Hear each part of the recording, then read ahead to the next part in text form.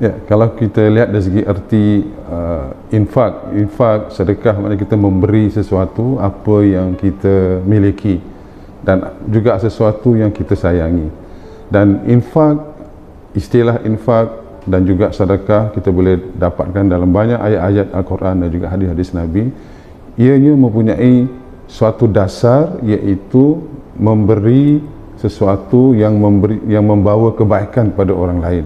Ini menolong, membantu orang-orang yang memerlukan dan sebagainya. Adapun wakaf adalah sesuatu yang kita berikan, yang kita akan berikan sesuatu dan manfaatnya dinikmati oleh secara umum, yakni untuk kemaslahatan umum. Dan wakaf ini yang merupakan salah satu jariah yang ganjarannya berterusan hinggalah akhir hayat kita. Jadi itu sedikit perbezaannya antara infak, sedekah dan wakaf.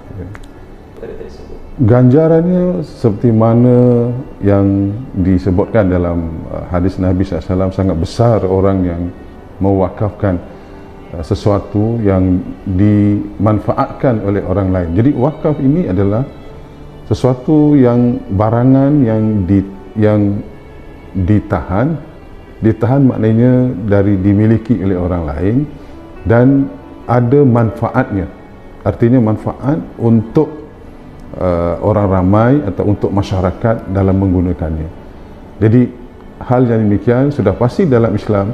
Kalau kita lihat di balik falsafah wakaf ini ialah untuk menyebarkan kebaikan, untuk memberi kemanfaatan kepada orang lain, sama ada masjid atau barang-barang yang diperlukan atau alatan-alatan yang diperlukan oleh masjid seperti air, elektrik. Nah, ini semuanya adalah termasuk yang kita boleh wakafkan, dan selagi ianya dimanfaatkan maka pahalanya akan berterusan dan ianya menjadi aset kita sebagai amalan kita di akhirat nanti, sebagai bekal kita di akhirat nanti. Kalau kita lihat dari segi pembahasan para ulama, ada menyatakan bahawa pewakif awal, apalah tadi seperti contoh pemadani dan sebagainya, dan ianya ditukar kepada yang lain tapi sama manfaatnya, maka pahalanya akan tetap berterusan, pahalanya jariahnya akan berkelanjutan. Jadi kita tidak usah bimbang dengan hal yang seperti ini. Dan apa yang pewakif awal itu dan pewakif yang kedua misalnya, dia juga akan mendapat ganjaran, kerana ianya hanya ditukar saja, tapi fungsinya adalah untuk memberikan sesuatu yang baik, memberikan kemaslahatan bagi para jemaah, khususnya jemaah masjid. Nah, maka dari itu pada khidmat saya kepada para jemaah, tidak usah ragu lagi untuk sama-sama menyokong dan mewakafkan apalah yang termampu dan menjayakan projek peningkatan prasarana Masjid Al-Amin. Mudah-mudahan segala amalan kita diberkati oleh Allah dan ianya menjadi bekal kita di akhirat. Kerana kata Nabi SAW, apabila mati anak Adam, terputus segala-galanya kecuali 3 perkara. Yang pertama, sedekah jariah. Jadi sedekah jariah ini pada khidmat saya termasuk juga dalam wakaf. Dan ini juga dari segi falsafahnya, kalau kita lihat bahawa para dermawan kita yang silam, sama ada yang berada di Singapura dan di lain-lain negara, semangat wakaf ini terus ada. Dan kalau dahulu mereka punya tanah, punya harta, dan mereka wakafkan untuk kemaslahatan umum. Jadi inilah satu peluang yang baik, suatu cara yang kita dapat lakukan sebagai bekal kita di akhirat. Dan sebagai tambahan, sebenarnya wakaf ini bukan sesuatu yang baru. Awal mula wakaf ini pada zaman pada masa Nabi SAW, iaitu Sayyidina Umar Al-Khattab Ridwanullah alaihi, dia mendapat sebidang tanah dalam perang Khaybar. Lalu beliau tidak tahu apa nak digunakan dan tanya kepada Rasulullah, dan Rasulullah katakan, kau tahan harta ini dan dapat berikan manfaat kepada orang lain. Itu awal mula wakaf yang kalau kita lihat dalam sejarah Islam lah, oleh Sayyidina Umar bin Al-Khattab. Jadi sekali lagi saya merayu dan mengajak pada para jemaah sekalian, kaum muslimin, untuk terus memberikan sokongan yang padu dalam projek prasarana peningkatan Masjid Al-Amin. Semoga segala amalannya, ibadahnya diterima oleh Allah Subhanahu wa taala sebagai amal soleh dan dimasukkan bersama orang-orang yang muhsinin, orang-orang yang salihin, insya-Allah. Saya kira terdapat beberapa cara lah untuk kita membantu projek wakaf peningkatan prasarana Masjid Al-Amin. Di antaranya ialah mungkin setiap bulan kita ada mendapat penghasilan, mungkin kita peruntukkan sedikit 5% ke dari wang gaji kita lebihan dan kita bagikan, kita infakkan, kita wakafkan kepada Masjid Al-Amin misalnya.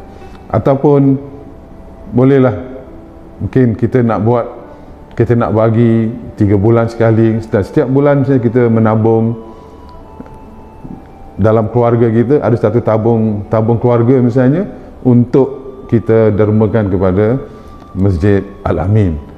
Dan satu cara yang lain juga saya rasa, mungkin kita boleh berikrar dan melalui potongan gyro ke, sekarang macam-macam cara boleh kita lakukan, pay now lah. Jadi ini adalah usaha-usaha, cara-cara yang boleh kita lakukan. Yang paling penting ialah harta kita bukan milik mutlak kita.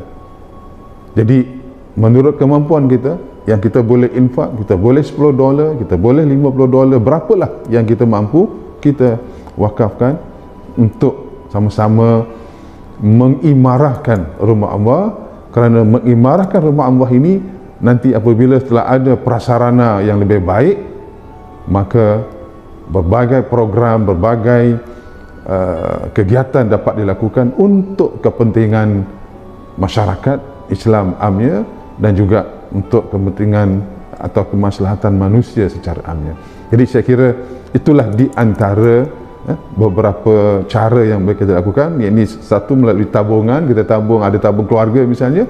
Kedua, dengan kita berikrar bulanan ke apa.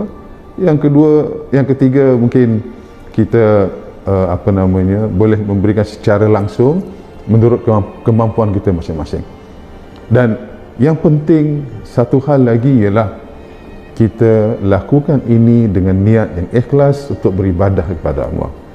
Dan secara tidak langsung juga sebenarnya kita telah menghidupkan nilai-nilai ajaran Quran dan Sunnah, iaitu memberi, semangat memberi dan semangat bantu-membantu, atau istilah dahulu kita di kampung, kita bergotong royong dengan wang ringgit, dengan tenaga dan apa saja yang kita miliki.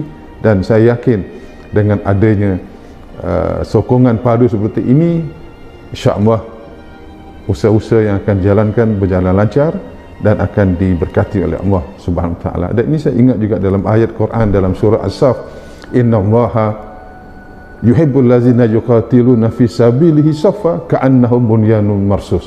Sesungguhnya Allah mencintai orang-orang yang berjuang di jalannya seperti sebuah bangunan yang tersusun rapi. Jadi saling kuat menguatkan. Jadi masyarakat Islam ini adalah masjid kita, dan masjid kita adalah untuk pembangunan insan. Jadi pembangunan insan, kerohanian, keintelektual, ini dari segi intelektual, dari segi rohani, dari segi kemahiran dan kepakaran. Dan saya yakin manfaatnya sangat besar untuk kita bersama. Dan mudah-mudahan Allah memberikan ganjaran yang berlipat ganda atas wakaf, infak dan sedekah para jemaah, dan semoga ianya diterima oleh Allah Subhanahu wa taala.